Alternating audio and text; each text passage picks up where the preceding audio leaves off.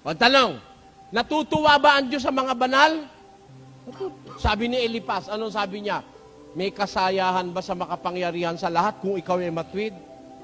Ayaw niyang maniwalang pag nagpakatuwid ka, matutuwa ang Diyos. Para kay Elipas, hindi ganon. Pero sa Biblia, natutuwa ang Diyos. O, sabi ni Elipas, mapapakinabangan ba ang tao ng Diyos? Tanungin ko kayo ngayon, pwede ba tayong pakinabangan ng Diyos? Tanungin natin ng Diyos kung pwede niya tayong pakinabangan. Ikalawang Timoteo 2. Pakinggan niyo mabuti kung pwedeng pakinabangan ng Diyos ang tao. Ito po ating mababasa. Gayunmay ang matibay na pinagsasaligan ng Diyos ay nananatili na may tatak nito. Alin yun? Nakikilala ng Panginoon ang mga kanya at lumalayo sa kalikuan ang bawat isa na sumasambitla ng pangalan ng Panginoon. Dito may pinakikilala po si San Pablo na kilala ng Diyos yung mga kanya. Sino yung mga sa Diyos? May tatak ika ng Diyos. Nananatiling may tatak nito. Nakikilala ng Panginoon ang mga kanya. Lumalayo sa kalikuan ng bawat isa na sumasambitla sa pangalan ng Panginoon. Those people who refrain from evil and from sin is acknowledged by God as His people. Kilala ng Diyos ang mga kanya. Lumalayo sa kalikuan. Ano ngayon ang sabi ng Diyos? Tuloy natin. Datapwat sa isang malaking bahay Ay hindi lamang may mga sisidlang ginto at pilak, kundi mayroon din namang kahoy at lupa, at ang iba'y sa ikapupuri, at ang iba'y sa ikasisirang puri. Kung ang sino man nga ay malinis sa alinman sa mga ito, ay magiging sisidlang ikapupuri. yan. Sa isang malaking bahay, nagbibigay ang Diyos ng argumento material. Ano? Sa isang malaking bahay, iba-iba ang mga sisidlan, ang mga utensils. Meron kang ginto, may pilak, may kahoy, may lupa. Merong sisidlang ikakapuri. Totoo naman yun eh. Di ba, meron tayong mga sisidlan sa bahay, ikapupuri. Kalimbawa, isang antigong magandang aparador, ikapupuri yun. O kaya lansena, nilalagay pa nga yun sa nakikita eh. Sisidlang kasing kapuri-puri eh. Pero yung arinola, sisidlan ba rin o hindi? Meron na kayo nakitang tao na ang arinola inilagay sa gitna ng sala. Meron kasing sisidlan sa isang bahay, ikasisirang puri. Halimbawa, meron kang gamit na pangit sa tingin, tinatago mo yun. Diba? Wala naman akong nakitang bahay nga na may arinolang butas pa, nakalagay sa gitna ng bahay. Pero yung mga sisidlang ikapupuri, magagandang baso, mga terno ng mga iba't ibang set ng mga kasangkapan, nilalagay pa nga yun sa nakikita, naka-display yun eh. Hindi ba? Ganun lang ang ibig sabihin ng Biblia. Sa isang malaking bahay, may sisidlang ikakapuri, may sisidlang ikakasirang puri. Kung ang sino man nga ay malinis sa alinman sa mga ito, ay magiging sisidlang ikapupuri, pinakabanal, marapat gamitin ng may-ari, nahahanda sa lahat ng gawang mabuti. Ang sisidlang palang tinutukoy tao. Sa loob ng iglesyang totoo na sa Diyos, merong ikasisirang puri kagaya ni Judas, pero merong ikakapuri kagaya ni Pablo. Diba? Kung alin man ang malinis, sisidlang ikapupuri, pinakabanal, marapat gamitin ng may-ari. Pwede ba tayong gamitin ng Diyos at pakinabangan o hindi? Pwede. Kaya nga yung kanta ng Born Again Ang tanging alay ko sa'yo aking Ama, ang buong puso ko, buhay ko, puso't kaluluwa, hindi na ayanan, baka pagkaloob, mamahaling hiyas. Nahabaya tayong kanta ko Ang aking dalangin, O Diyos, ay tanggapin. Ang tanging alay ko, nawa ay gamitin. O tayo, ito lamang, Ama, at Wala nang iba pa akong hinihiling. O, kita mo, ano yung tanging alay niya? Ang buong buhay, puso't kaluluwa.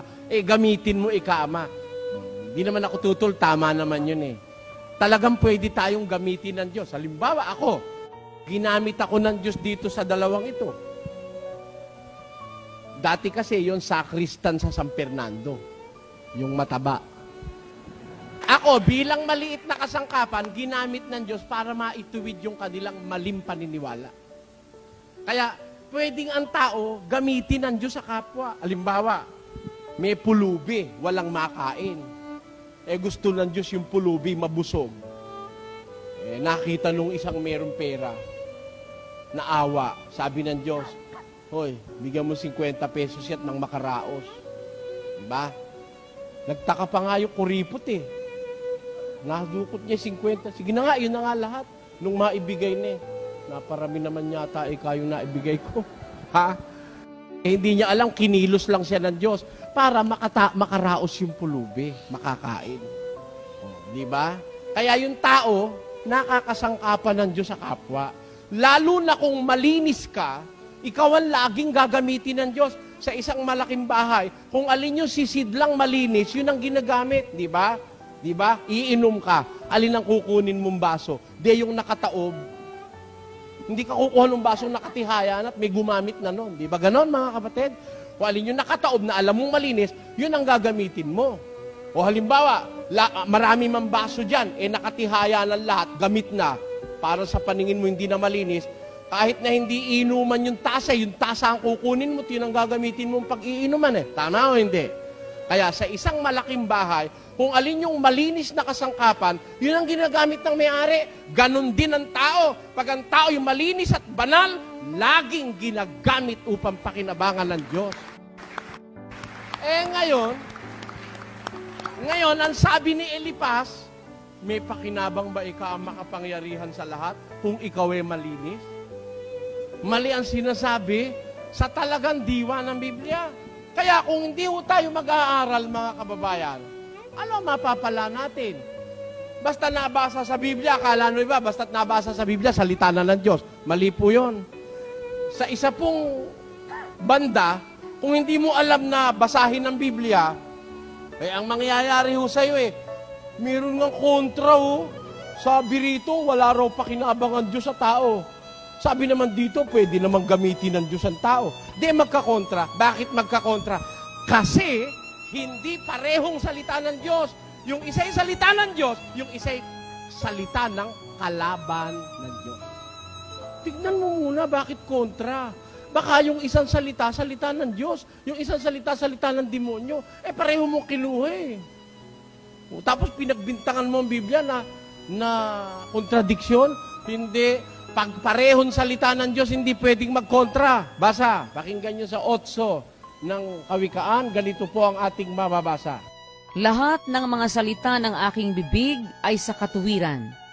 Walang bagay na liko o suwail sa kanila.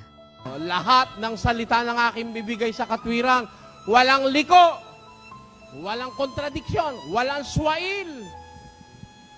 Sabi ng Diyos, ginarantyahan ng Diyos yun Pero makakabasa ka talaga, parang magkakontra.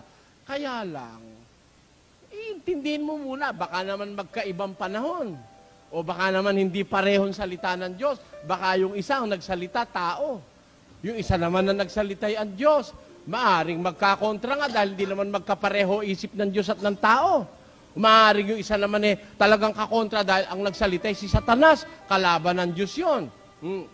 Maaring namang salita ng Diyos pareho, kaya lang alam mo, baka akala mo'y kontra kasi hindi mo naintindihan. Pakinggan nyo, meron akong babasahin. Basahin natin. Huwag mong sagutin. Huwag mong sagutin ang mangmang ng ayon sa kanyang kamangmangan. Baka ikaw man ay maging gaya rin niya.